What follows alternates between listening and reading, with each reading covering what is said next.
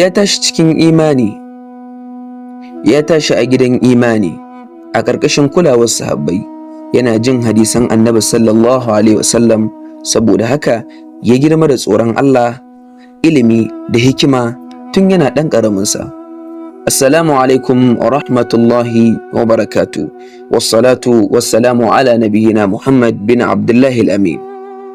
Yan uwa masu karamci da albarka, sunana Abubakar Ashiru Sallau, mai gabatar muku da shirin sira da kisar sahabban annabi sallallahu alaihi wasallam a wannan kafa mai albarka ta Radiant Umma Podcast.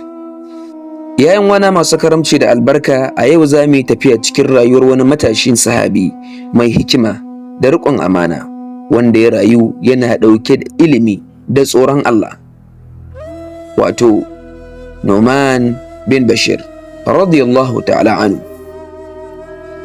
Yan uwa masu albarka, ku biyo mu a hankali domin ku san asalinsa, rayuwarsa da kuma gudunmawar da ya bawa addinin musulunci da annabi sallallahu alaihi wasallam. Nu'man bin Bashir radiyallahu ta'ala anhu ya kasance daga cikin ansar na Madina, ya kasance daga kabilar Khazraj. Mahaifinsa Bashir bin Sa'ad radiyallahu ta'ala anhu sahabi ne shi mai daraja, Allahu akbar. Mahaifiyarsa wato Amra bint Rawaha, Allahu akbar. An haife shi a Madina bayan hijira, kuma yana daga cikin sahabbai masu ƙananan shekaru a wannan lokaci. Sannan wannan bawan Allah mai albarka ya kasance wanda aka haife shi a cikin musulunci, Allahu akbar. Ana cewa shine yaro na farko da ansar suka haife shi bayan hijira, wanda ya kawo farin ciki sosai ga musulmai a wannan lokaci. Ya Allah. Yan uwa masu karamci da albarka, mu kalli wata fa'ida a nan, tarbiyya da girma a cikin addinin Allah subhanahu wa ta'ala, yadda Nu'man ya tashi cikin wa'annan abu. Allahu akbar. Nu'man radiyallahu ta'ala anhu ya tashi a cikin gidan imani a ƙarƙashin kulawar sahabbai, yana jin hadisan annabi sallallahu alaihi wasallam. Saboda haka ya girma da tsoron Allah, ilimi da hikima tun yana ɗan ƙaraminsa. Yayin wani masu karamci da albarka, mu dubi shahararsa a rayuwar hadisi, yadda Nu'man bin Bashir ya shahara wajen hadisi, wajen rawaito hadisi. Nu'man bin Bashir yana daga cikin wato sahabbai masu rawaito hadisi, duk da kankantarsa. Ina ce kankantarsa, ina nufin kankanta a shekaru, dan ya da yawan mu ɗaliban ilimi mun san wani hadisi na halal da haram a bayyane suke, innal halalu bayyin wa innal haram bayyin wa bainahuma umurun mutashabihat la ya'lamuhunna kathirun minan nas. Nu'man bin Bashir shine wanda ya rawaito hadisin nan, kuma ya ji wannan hadisin daga bakin manzon Allah sallallahu alaihi wasallam, babu hijabi, kunne da kunne, baki da kunne, shi ya ji, ba wani ne ya gaya masa ba. Bayan wannan kuma ya samu ya rawaito hadisi daga wajen wato kawunsa Abdullahi ibn Rawaha, da kuma wato Umar bin Khattab radiyallahu ta'ala anhu, da kuma ummul mu'minun Aisha radiyallahu anha, Allah ya ƙara yadda a gare su. Nu'man bin Bashir, kamar yadda na faɗa, wannan hadisi yana daga cikin hadisan wato yana daga cikin wato manyan ka'idojin musulunci na wannan halal da haram din nan, wanda ni da kai da ke duk mun san shi. Kaɗan ne cikin mutane ba san wannan hadisi ba. To Nu'man bin Bashir, sahabi wanda ba kowa bane ya san shi, to shi ne ya rawaito wannan hadisi. Sannan wani abu yana koya wa musulmi wato gujewa abin da yake na shakku. Wannan hadisi yana kuma ƙarfafa tsoron Allah da tsarkake zuciya. Kunga wannan suna daga cikin wato bigire na musulunci, wanda in babu wannan babu ma shiga musulunci. Sannan mu dubi wato halayyarsa a rayuwa da kuma wato hikima wadda Allah subhanahu wa ta'ala ya bashi. An san shi da gaskiya, adalci, wato da kuma kyawawan lafazi, kyakkyawar magana, da kuma hikima wajen yanke hukunci. Sannan ya kasance mutum ne mai tsoron Allah sosai matuƙa, yana nisantar zalunci, kuma mutum ne mai riƙon amana. Yan uwa masu karamci da albarka, mu dubi rayuwarsa a mulki da kuma siyasa. A lokacin mulkin Muawiya ibn Abi Sufyan a naɗa Nu'man bin Bashir radiyallahu ta'ala a matsayin gwamna a wato Syria, da kuma bayan nan kuma akan dashi a nan Kufa a Iran kenan. Sannan ya yi alƙalanci, ya riƙe alƙalanci a wannan ƙasa ta Dimashq, wato state capital kenan na Syria a yanzu. Ya riƙe alƙalanci a wannan lokaci. A lokacin wato rikice-rikicen siyasa ya kasance mai ƙoƙarin wato kaucewa fitina, yana ƙoƙarin tabbatar da zaman lafiya. Lokacin fitina da kuma rikice-rikicen da aka samu musulunci bayan wafatin sahabbai da yawa, musulunci ya shiga wani wato lokaci na gwagwarmaya. Nu'man radiyallahu ta'ala anhu bai kasance mai son wato rikici ba, tuni mai taushin kai, mai taushi, baya son haniya, amma yana tsayawa akan gaskiya, ko da abin nan zai saba wani wanda yake son sa, shi ma kuma yake son sa.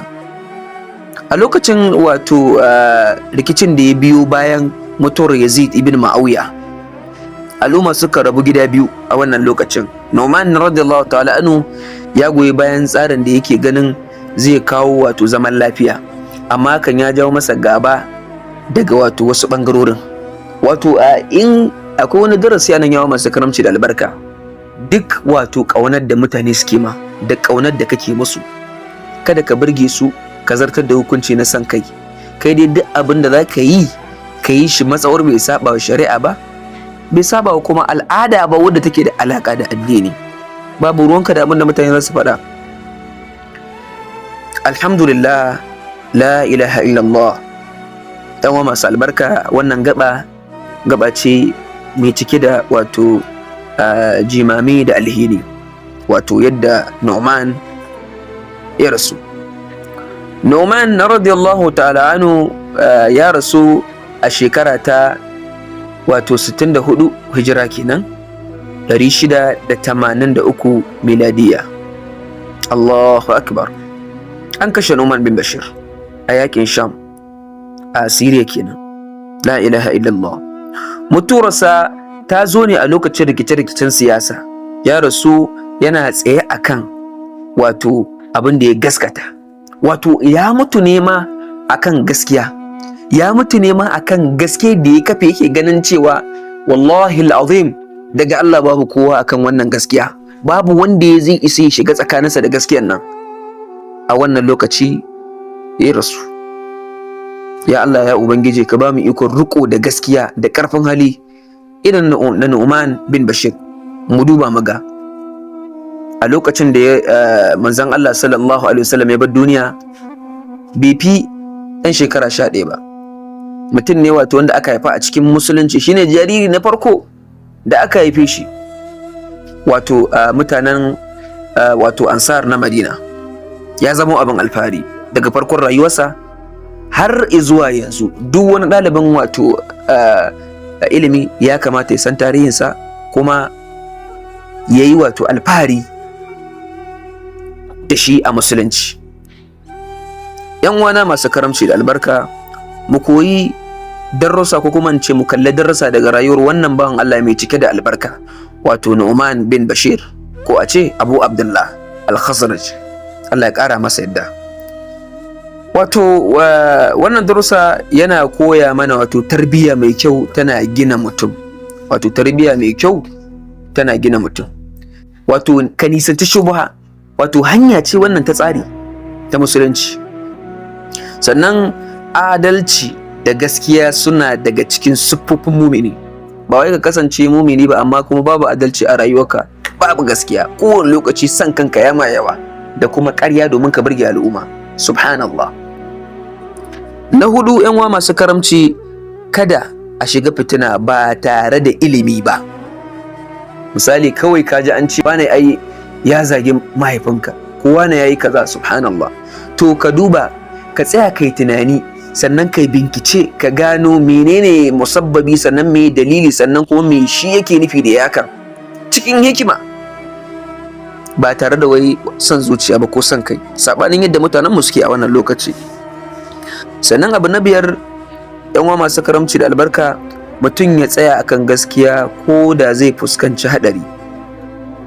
Lalle wannan darussa ne masu matuƙar banƙaye wanda ya kamata a ce mumini ya amfani da su, ya riko da su. Ya ku yan masu albarka masu sauraro, wannan shine tarihin sahabi mai girman daraja Nu'man bin Bashir Abu Abdullah radiyallahu ta'ala anhu, wanda ya rayu da imani, ya haɗa ilimi kuma ya rasu yana tsaye akan gaskiya. Muna roƙon Allah subhanahu wa ta'ala ya ji kansa, ya gafarta masa, ya haɗa mu da shi a aljanna. Allahumma amin ya hayyu ya qayyum. Ni ne na kuma gabatarwa Abubakar Ashiru Sallau daga Radiant Umma Podcast. Yanwa masu albarka, ɗaliban ilimi maza da mata masu sauraro, kar ku manta ku yi subscribing a wannan kafa mai albarka, sannan ku yi share domin yanwa masu albarka su amfana. Ku kasance tare da mu a shirye-shiryenmu na gaba. Wassalamu alaikum wa rahmatullahi wa barakatuh.